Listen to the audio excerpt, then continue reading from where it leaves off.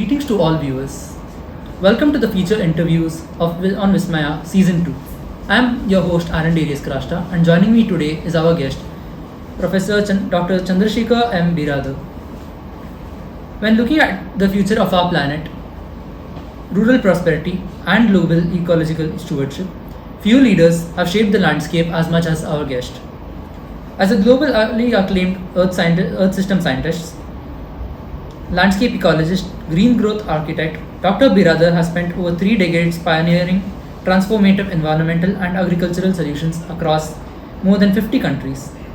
His illustrious career spans senior scientific and leadership roles with major international organizations, including multiple CGIAR centers, the World Bank, and the United Nations Food and Agricultural Organization. Returning to India with a deep commitment to advancing the nation as a global soft power in nature-based economic growth, Dr. Biradar currently serves as the chairman of Global Green Growth Community.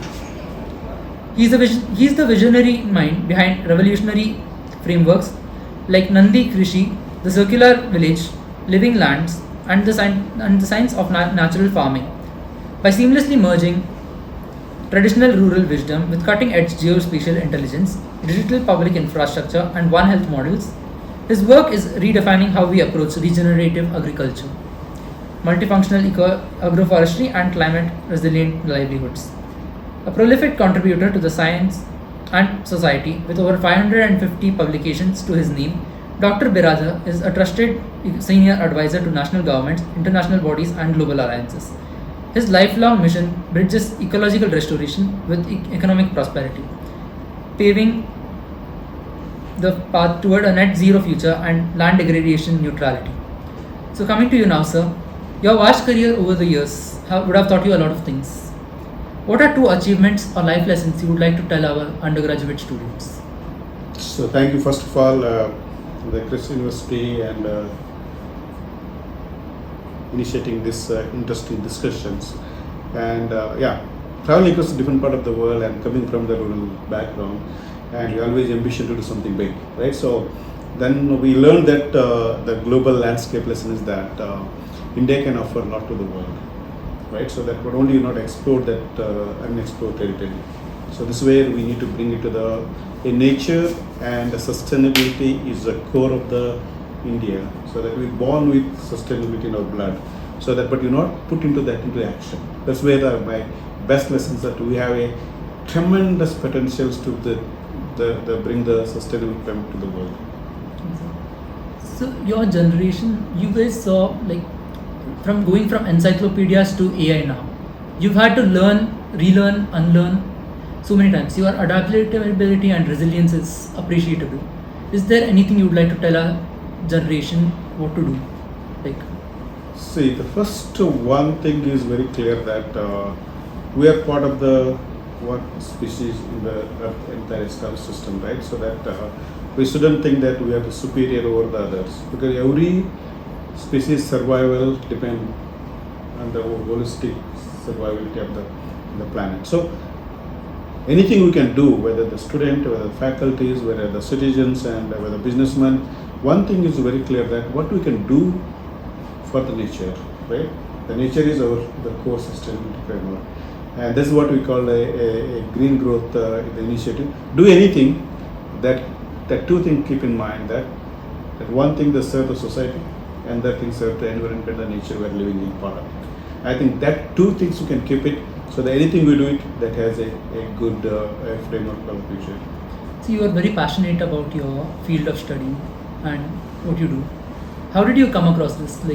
During an internship or when you were a student? See, basically been living like a group, come up to the village, right? So it was hundreds of the problems. At the rural kid, there was no road, there was no electricity, there was no telephone.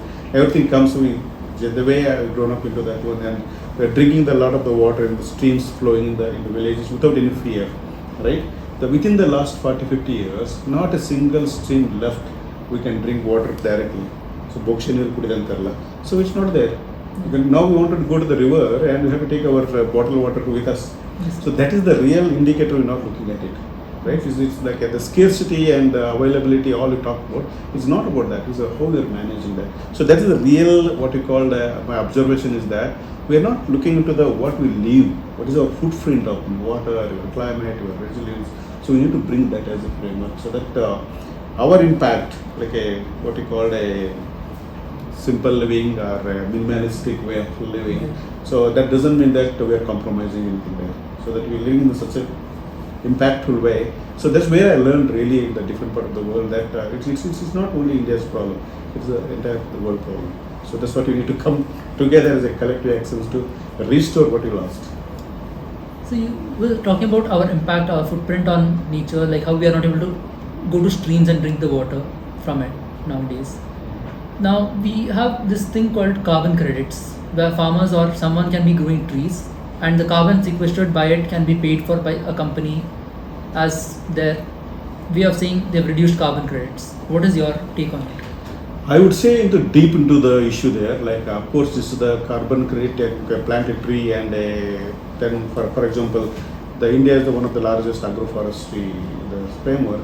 We grow a lot of industrial trees to be make a like wood, what we're sitting there now, or a paper.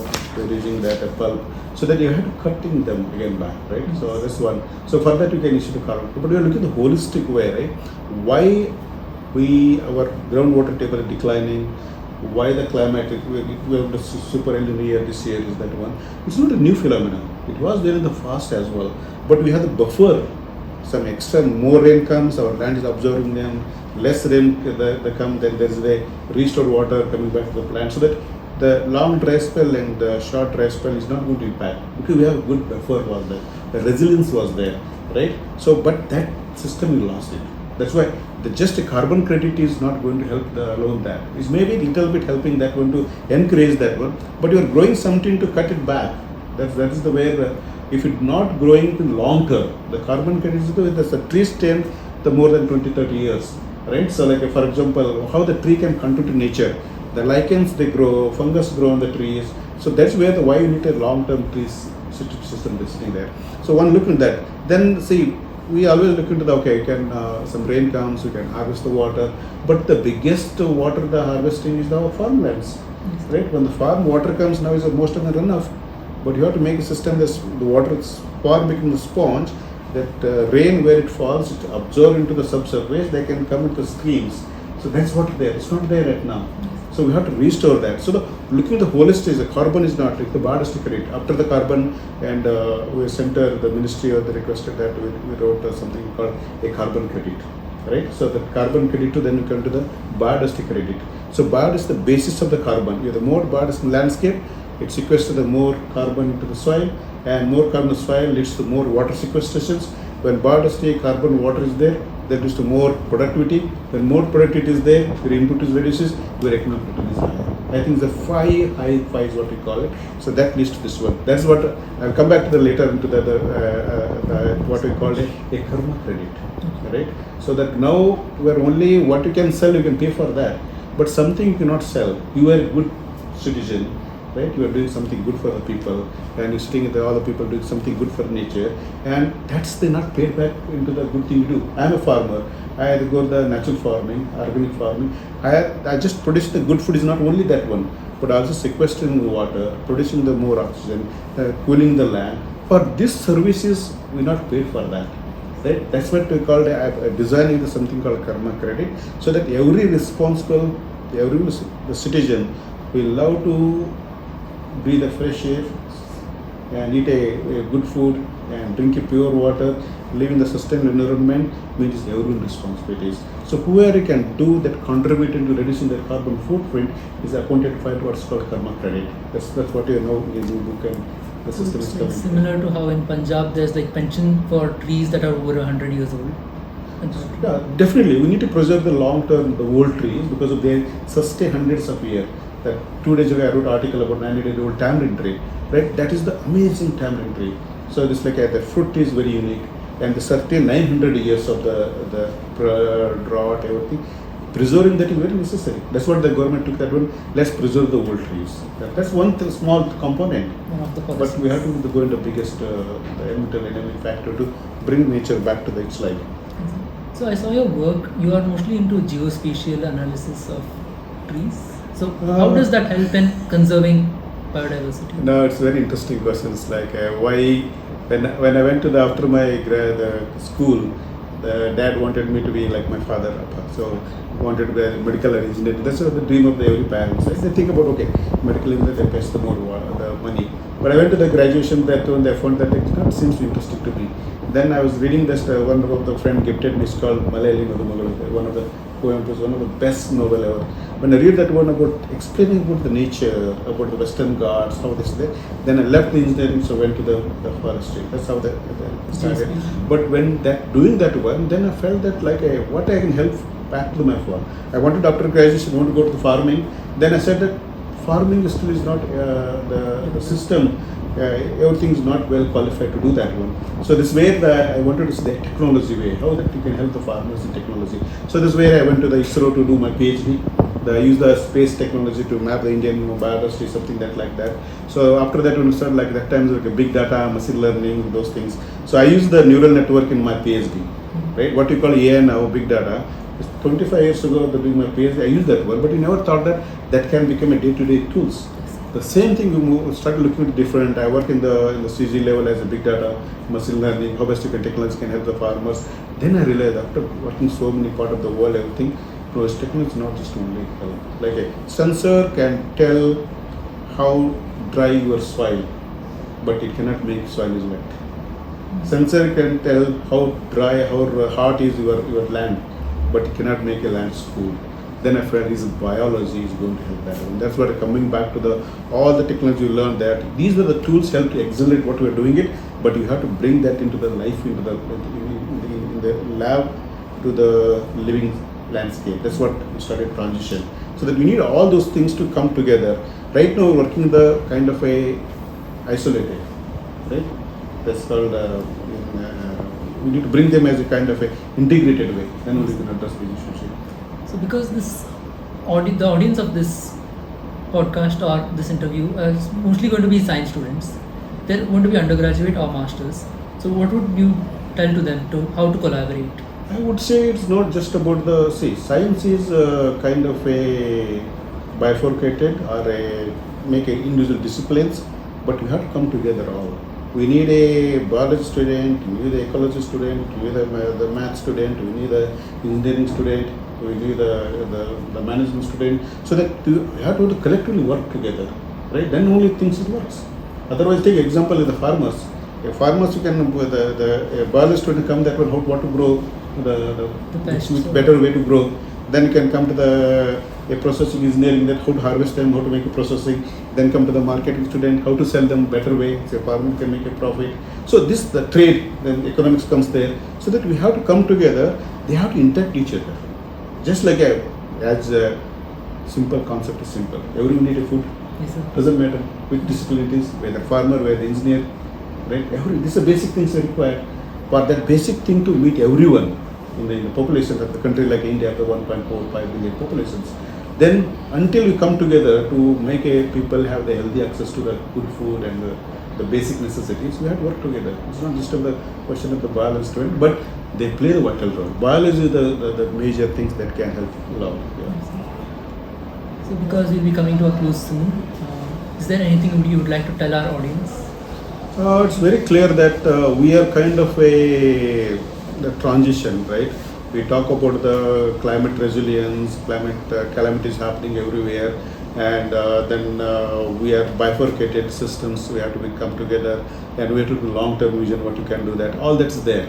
But until we have ecology, economy come together, we're not going to address the real issues we're facing now, right? This is everyone responds. What are who the audience is there? Everyone would like to and I was saying earlier that sustainable living or ecologically viable, sustainable living, what you call it as, whatever bring it, the One Health framework, that need to be everyone to come together to see that everyone take it the green growth framework or net zero transition. Until every citizen be part of that transitions, I can cut down my impact on the environment, my carbon footprint, my energy footprint, my ecological footprint. I want to optimize those all together. Then only we can to the what you call a net zero transitions and Atmanirbhar Bharat, that's possible. So that the youth, especially the students and the youth and faculties and researchers and the policymaker, they had to come together too. So we have the enormous strength is there, but we are not using that entire strength to building the nation because of the we always talk about the Vishwaguru or a Atmanirbhar Bharat and world is one family. I think that had to be bring together, right? So that a bird can travel from one country to other country without a barrier. Why the human beings have barriers?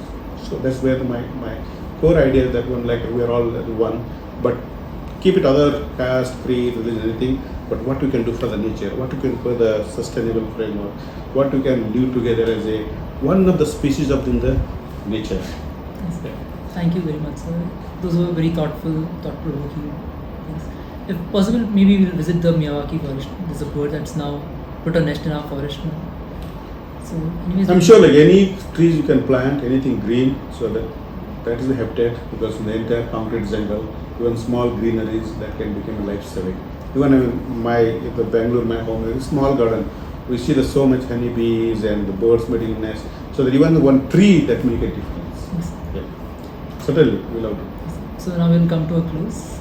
So thank you very much for joining us, and yeah, thank you.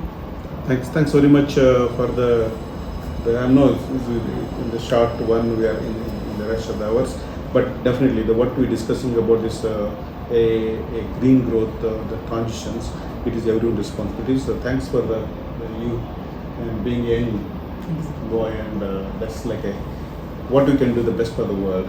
Think with that mind, and anything you do, that keep in mind like anything I do in my life, I never regret in the later. Yes. Right? That's what I'm telling my children also. Do anything, you want to post something in the social media, but post something that's not, you won't regret later. Yes. That's what keep in mind. And be proud child to your parents. Parents proudly say that he's my son. Then a nation can tell that, okay, this is the citizen, they're really contributing to the nation building, so that we can show up ourselves again that the India can make a big difference to the world. Thanks so Thank much. you, sir.